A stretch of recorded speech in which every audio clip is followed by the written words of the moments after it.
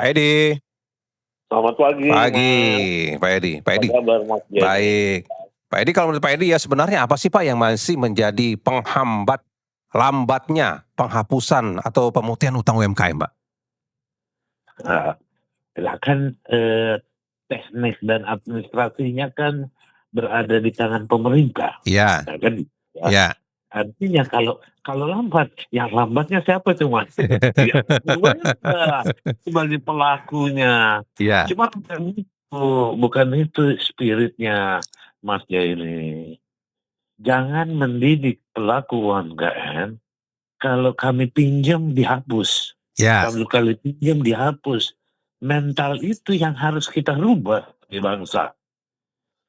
Ya, bahwa kalau kami meminta pinjaman, kami diberikan pinjaman, kami harus bertanggung jawab atas pinjaman itu. Itu Ya. yang disebut modal pasar.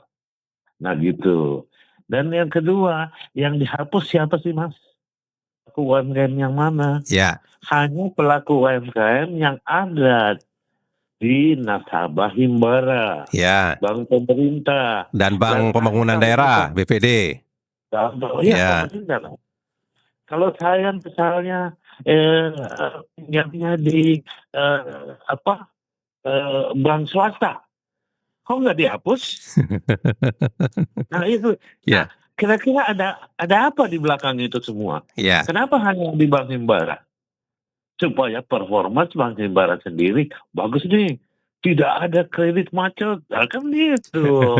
Kalau mau semua dong pelaku UMKM dimanapun dapat di bank swasta mau fasilitas juga penghapusan atau pemutihan begitu, Pak Edi. Itu kalau mau. Iya. Tapi intinya enggak. Tapi kalau dari informasi yang disampaikan pemerintah kan yang memang mendapat penghapusan itu karena masalah risiko bisnis, Pak, bukan karena adanya moral hazard begitu, Pak Edi. Ya menurut pemerintah kan begitu. Iya. Menurut saya enggak. Kan boleh dong. Masa nggak boleh berbeda. Ya. Kalau menurut saya bahwa sebenarnya tolong kami dibina. Kalau negara lain, kalau ada sesuatu dari UMKM mereka didatangi. Ada apa? Kalau saya injek lagi, bisa nggak jalan? Nah, diberikan injek dan didampingi. Didampingi, ya. Diminta tetap bertanggung jawab. Dan kalau dia sukses, dia akan menyelesaikan kewajibannya. Baik pinjaman masa lalu maupun pinjaman yang sifatnya injek. Iya. Tapi begini Pak Edi, dari diskusi Pak Edi lah dengan anggota Asosiasi UMKM Indonesia atau Akumindo begitu ya. Nah, apakah mereka memang betul-betul sebenarnya hutangnya tidak ingin dihapuskan, mereka masih bisa bayar kalau bisa mengakses lagi pinjaman dan didampingi begitu Pak? Lebih milih ke arah sana atau bagaimana begitu sebenarnya? Oke. Pertanyaan yang menarik ini. Bang, bisa nggak dihapus? Kalau bisa, kalau si Amir bisa dihapus utangnya, dia akan bisik-bisik kepada Abdullah dan sebagainya. Yuk, macetin aja, nggak usah dibayar. Oh, itu moral hazardnya itu yang dikhawatirkan begitu ya, media. Ya, nah, apa kita mau mendidik pelaku UMKM kita tinggal 20 tahun lagi loh, 100 tahun Indonesia merdeka. Ya. Apa mental seperti itu yang kita mau titip bagi pelaku UMKM? Menurut saya tidak pas. Gitu, Mas. Iya. Jadi kalau menurut Pak Edi, program penghapusan kreditnya sebaiknya dihentikan saja atau bagaimana begitu untuk UMKM? Biarkan UMKM berjalan seperti biasanya, kreditnya macet oke lah. Bisa mereka bayar dengan syarat ada pinjaman lagi begitu untuk modal usaha lanjutan. Atau bagaimana maunya? Berikan injek. Oh, injeksi modal baru lah begitu ya.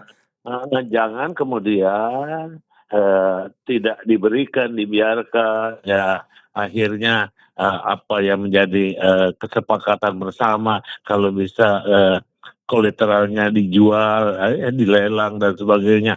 Kenapa kalau konglomerasi bisa nego? Kenapa UMKM tidak begitu ya Pak? Kan begitu. Kan gitu. Iya. Jadi hadirlah untuk pelaku-pelaku UMKM juga. Karena apa? Ya, saya katakan dalam berbagai pertemuan termasuk di DPR, ekonomi Indonesia akan ambruk kalau pelaku-pelaku UMKM-nya ambruk. Kan gitu. Ya, jadi pelaku UMKM siaplah utangnya direstrukturisasi, tidak hanya perusahaan besar ya Pak yang utangnya miliaran, UMKM kan tidak begitu besar ya Pak Edi ya, utang-utang mereka begitu ya Pak? memang harus, iya, memang harus bertanggung jawab. Intinya bagaimana menghadirkan sumber daya manusia Indonesia yang bertanggung jawab. Iya. Bukan gitu loh. Dan peran Mas Jaya ini sebagai media sosial juga ikut hadir untuk mempersiapkan Indonesia lebih baik. Iya, Pak Edi, tapi kan ini kan ada aturan di perbankan juga ya Pak, kalau ada kreditnya masih macet kan BI checking-nya kan tidak lolos itu untuk pinjaman kredit. Nah itu apakah memang harus ada pertimbangan khusus juga soal itu Pak Edi, kalau menurut Pak Edi? Agar UMKM bisa Ya. punya akses meskipun mereka BI checking-nya masih bermasalah begitu? Ya, makanya saya bilang OJK itu adalah Tuhannya kredit. Ya. Kalau dia garis merah sampai mati nggak bisa dapat kredit Ya. lagi kan gitu. Apa begitu spiritnya? Itu adalah warning sebenarnya kepada para nasabah peminjam yang mendapatkan kredit itu. Ada kewajiban yang harus lo selesaikan. Nah, kewajiban itu bisa dua cara. Kalau saya mampu saya menyelesaikan secara bertahap sesuai dengan kesepakatan, atau pemerintah melihat bahwa ini masih bisa kita bantu, kita injek Ya. dan ada pendampingan yang serius. Nah gitu. Ya. Supaya pelaku UMKM itu menjadi pelaku UMKM yang baik ke depan.